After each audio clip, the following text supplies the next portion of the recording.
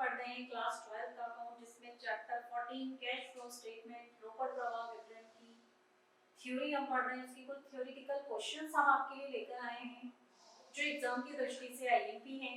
इसके लिए पहले हम वेरी शॉर्ट क्वेश्चन देखते हैं। क्वेश्चन है हमारा, रोकड़ प्रवाह विवरण क्या है? रोकड़ प्रवाह विवरण कैश फ्लो स्टेटमेंट जो कैश आना और जाना, कैश का अंतर्वाह और बहिर्वाह प्रकट करता है। उससे ये पता चलता है कि संस्था को किन किन स्रोतों से आय प्राप्त हुई है, रोकड़ प्राप्त हुआ है और किन किन स्रोतों में उसने उस रोकड़ का उपयोग किया है।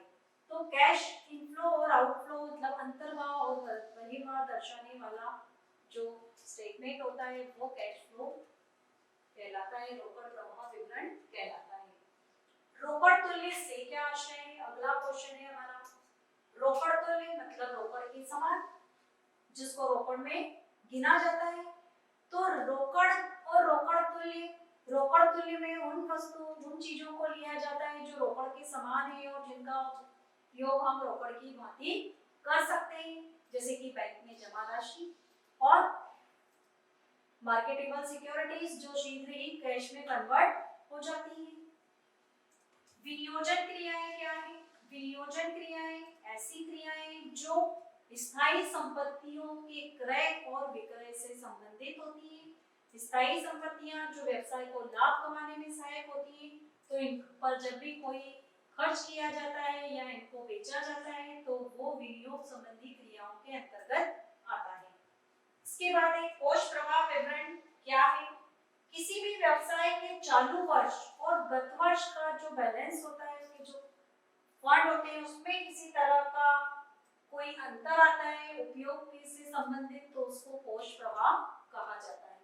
तो ये हमारे थे वेरी शॉर्ट आंसर। अब हम पढ़ेंगे लॉन्ग आंसर, जैसे कि रोकड़ प्रवाह विवरण को तैयार करने के हमारे क्या उद्देश्य हैं, क्योंकि जब भी कोई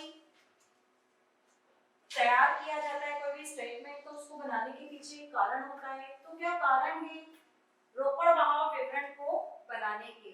तो रोकड़ प्रवाह विवरण जो बनाया जाता है वो व्यवसाय की कैश की जानकारी के लिए बनाया जाता है कि कितना कैश इनफ्लो हुआ, कितना कैश आउटफ्लो हुआ, व्यापार की दीर्घकालीन शोधन क्षमता की जानकारी प्राप्त करने के लिए, व्यवसाय की वित्तीय स्थिति को सुदृढ़ बनाने के लिए, वित्तीय स्थिति जब मजबूत बनाना हो तो रोकड़ प्रवाह विवरण बनाया जाता है। और एक कानूनी अनिवार्यता भी है, जितनी भी लिस्टेड कंपनियां होती हैं, सूचीबद्ध कंपनियां होती हैं, उनको रोकड़ प्रवाह विवरण बनाना जरूरी होता है। अब रोकड़ प्रवाह विवरण का महत्व, रोकड़ प्रवाह विवरण का महत्व, रोकड़ प्रवाह विवरण बजट बनाने में सहायक होता है। पहले बजट बनाया जाता है और फिर बजट की सहायता से कैश फ्लो स्टेटमेंट बनाया जाता है।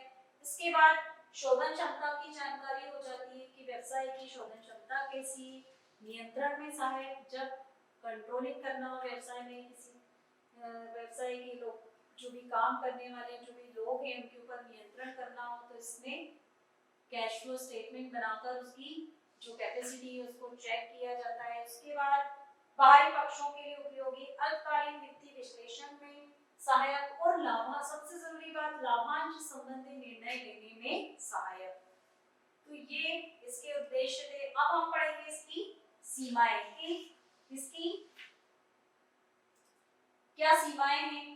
गैर रोकड़ व्यवहारों का लेखा नहीं होता इसमें, ये इसकी लिमिटेशन है, सबसे बड़ी कमी है ये इसकी कि इसमें सिर्फ नगद व्यवहारों का ही लेखा किया जाता है, गैर रोकड़ व्यवहारों का लेखा इसमें नहीं किया जाता है। इसके बाद संकुचित क्षेत्र, इसका जो क्षेत्र होता है वो संकुचित होता है, विस्तृत नहीं होता है। इसके बाद तरलता का स्पष्टीकरण नहीं, उपार्जन क्षमता का अध्ययन इसमें नहीं किया जाता है। इसके बाद हम पढ़ेंगे रोकड़ प्रवाह विवरण और रोकड़ बजट में अंतर। अब रोकड़ प्रवाह विवरण जो होता है वो एक निश्चित अवधि के लिए बनाया जाता है, जबकि मतलब जो बीत चुका है उसके लिए बनाया जाता है और एक निश्चित समय को लेकर बनाया जाता है, जबकि रोकड़ बजट जो है वो भविष्य के लिए बनाया जाता है। बजट हमेशा पूर्वानुमान पर आधारित होता है और भविष्य के लिए होता है, जबकि रोकड़ प्रवाह विवरण पास्ट के लिए होता है। इसका इसका जो मुख्य प्रयोजन होता है वो पिछले वर्ष के जो व्यवहार है उनके ऊपर आधारित होता है, जबकि रोकड़ बजट भविष्य पर आधारित होता है, दीर्घकालीन और अल्पकालीन इसमें चीजों को ध्यान में रखकर बनाया जाता है। उसके बाद रोकड़ प्रवाह विवरण आंतरिक प्रबंधन के लिए उपयोगी है, जबकि रोकड़ बजट जो है वो बाहरी पक्षकार जैसे आयतदारी है, बैंक है, वित्तीय संस्थाएं हैं, उनके लिए उपयोगी है। तो ये था रोकड़ प्रवाह और कोष बजट में अंतर। अब हम पढ़ेंगे रोकड़ प्रवाह विवरण और कोष प्रवाह विवरण में क्या अंतर है। ये दो अवधि के बीच में हुए परिवर्तन को बताता है, जबकि ये कार्यशील पूंजी के परिवर्तन को बताता है ना। रोकड़ प्रवाह विवरण में हमने पढ़ा था ना, दो अवधि 18 और 19 के जो डाटा दिए जाते हैं उनके बीच में क्या डिफरेंस हुआ उनको लेकर हमने बनाया था। और ये वर्किंग कैपिटल में किसी तरह का कोई चेंज है, कार्यशील पूंजी में कोई चेंज है तो उसको लेकर बनाया जाता है। इसके बाद ये इसका क्षेत्र संकुचित होता है, जबकि इसका क्षेत्र विस्तृत होता है। इसमें समायोजन करना आवश्यक होता है, इसमें समायोजन करना आवश्यक नहीं होता है। इसके बाद इसमें कोई अनुसूची तैयार नहीं की जाती है, जबकि इसमें अनुसूची तैयार की जाती है। तो ये कुछ क्वेश्चंस हैं जो एग्जाम में अक्सर आ जाते हैं, तो आप इन क्वेश्चंस को बहुत अच्छे से याद करें ताकि अच्छे से अच्छे मार्क्स आप एग्जाम में गेन कर सकें। Thank you.